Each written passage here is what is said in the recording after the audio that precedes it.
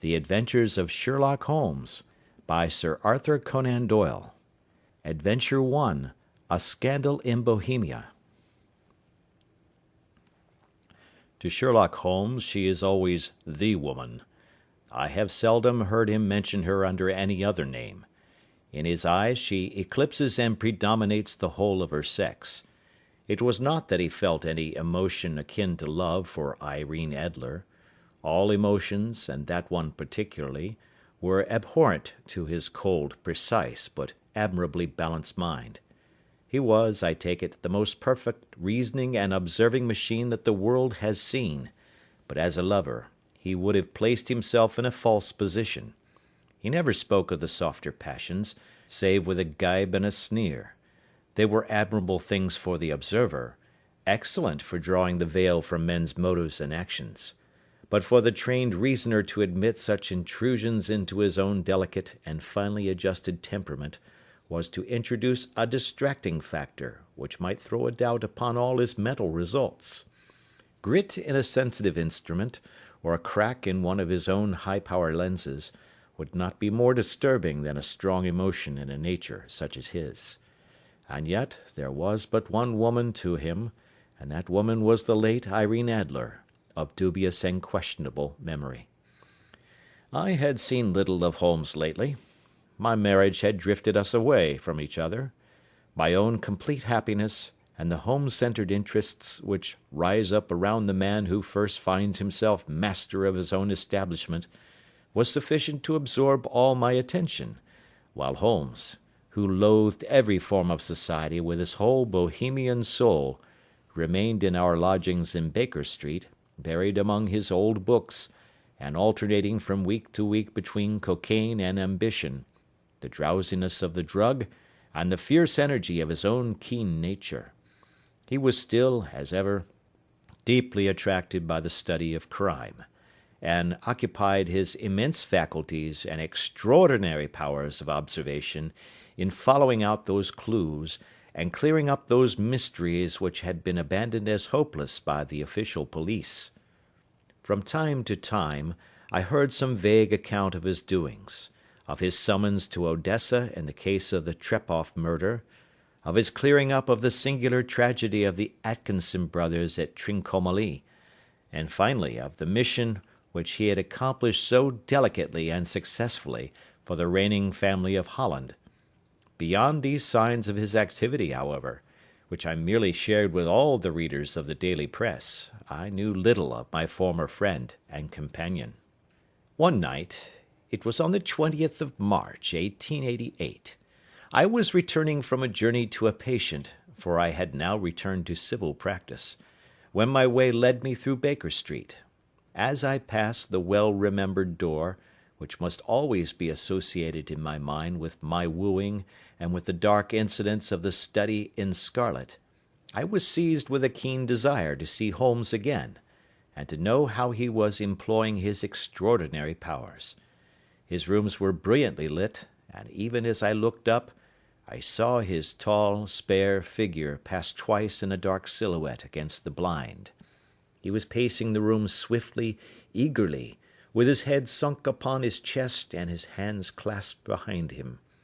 To me, who knew his every mood and habit, his attitude and manner told their own story.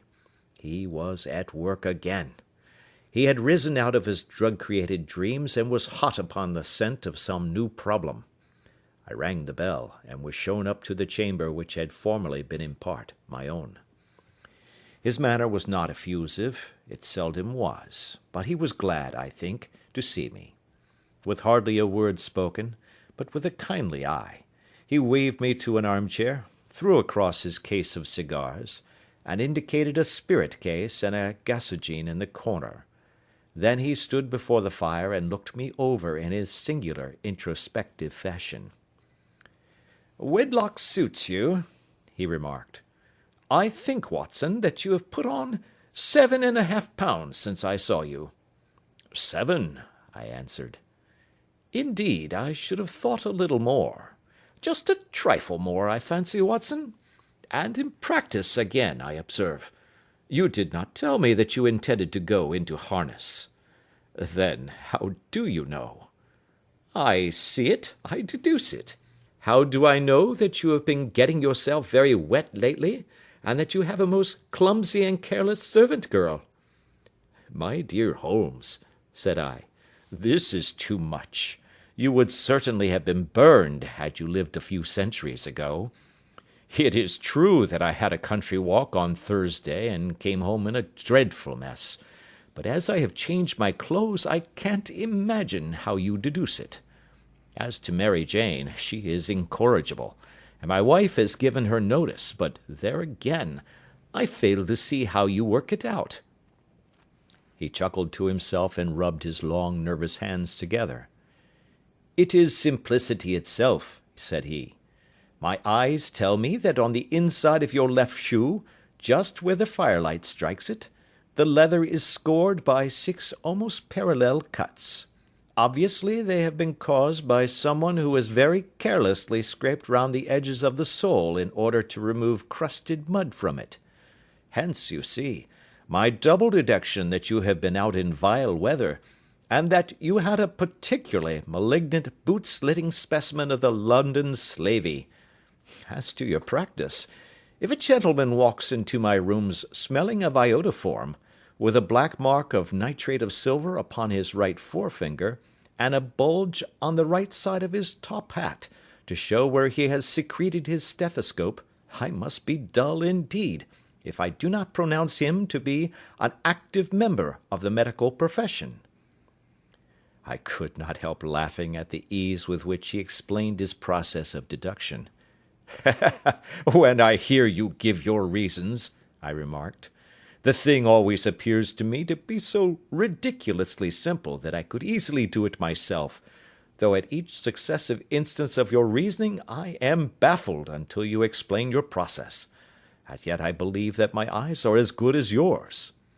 Quite so, he answered, lighting a cigarette, and throwing himself down into an armchair. You see, but you do not observe.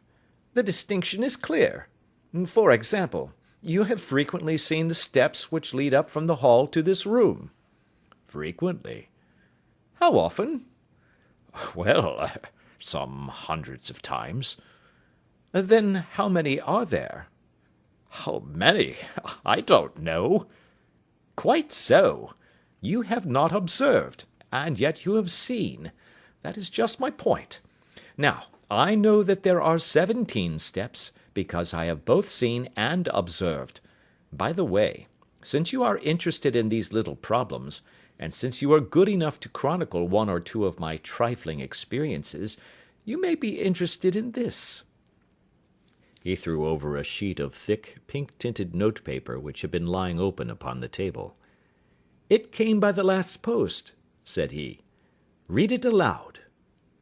The note was undated, and without either signature or address. There will call upon you tonight at 7:45, it said, a gentleman who desires to consult you upon a matter of the very deepest moment. Your recent services to one of the royal houses of Europe have shown that you are one who may safely be trusted with matters which are of an importance which can hardly be exaggerated. This account of you we have from all quarters received. Be in your chamber then at that hour, and do not take it amiss if your visitor wear a mask. This is indeed a mystery, I remarked. What do you imagine that it means? I have no data yet. It is a capital mistake to theorize before one has data. Insensibly one begins to twist facts to suit theories, instead of theories to suit facts. But the note itself, what do you deduce from it? I carefully examined the writing, and the paper upon which it was written. The man who wrote it was presumably well-to-do, I remarked, endeavouring to imitate my companion's processes. Such paper could not be bought under 1/2 crown a packet. It is peculiarly strong and stiff. Peculiar, that is the very word, said Holmes. It is not an English paper at all. Hold it up to the light.